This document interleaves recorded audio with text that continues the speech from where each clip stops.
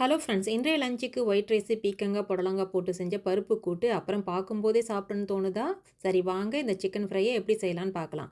அதுக்கு ஸ்டவ்வை ஆன் பண்ணி ஒரு கடாயில் கொஞ்சம் தாராளமாக நல்லெண்ணெயை ஊற்றி அரை ஸ்பூன் பொடிச்ச பெருஞ்சீரகம் போட்டு தாளிச்சிட்டு 2 3 கட் பண்ணி வச்சுருக்கிற சின்ன வெங்காயத்தை சேர்த்து மஞ்சத்தூள் உப்பு போட்டு 2 3 வாட்டி அலசி எடுத்து வச்சுருக்கிற சிக்கனையும் சேர்த்து அது கூடவே தாராளமாக 2 ஸ்பூன் ஜிஞ்சர் கார்லிக் பேஸ்ட்டையும் போட்டு நல்லா வதக்கணுங்க.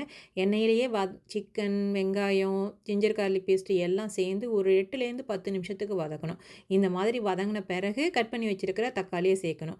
நான் நல்லா பழுத்த பெரிய தக்காளியை 2 கட் பண்ணி சேர்த்துருக்கேன். சின்னதாக இருந்தால் தாராளமாக 3 சேர்த்துக்கலாம். தக்காளி கொலைய வெந்த பிறகு சிக்கனில் எவ்வளோ தண்ணி வெளியாகுது பார்த்தீங்களா? இது வரைக்கும் ஒரு சொட்டு தண்ணி கூட சேர்க்கலைங்க. நல்லா கிளறி விட்டு மூடி போட்டு வேக வைக்கணும். அப்போ தான் எலும்பு வரைக்கும் வெந்து நல்லாயிருக்கும். குழம்பு தூளை 2 ஸ்பூன் சேர்த்துட்டு கல் உப்பு சேர்த்திங்கன்னா டேஸ்ட் இன்னும் நல்லா இருக்கும். இந்த ஸ்டேஜில் நறுக்கி வச்சிருக்கிற கருவேப்பிலை, கொத்தமல்லி இலைகளையும் சேர்த்து நல்லா கலந்து விட்டு மறுபடியும் கட்டாயமாக மூடி போட்டு வேக வைக்கணுங்க. அப்போ தான் உப்பு, காரம், கருவேப்பிலை, கொத்தமல்லி ஃப்ளேவர் எல்லாம் நல்லா அப்சர்வ் ஆகும். இப்போ திறந்து பார்த்தா எண்ணெய் பிரிஞ்சு மிதக்கிற மாதிரி தெரியும். அவ்வளோதான். ஸ்டவ்வை ஆஃப் பண்ணிவிட்டு கடைசியாக வறுத்து நுணுக்கிய சீரக மிளகு பொடியை தூவி கலந்து விட்டு சாப்பிட்டு பாருங்கள்.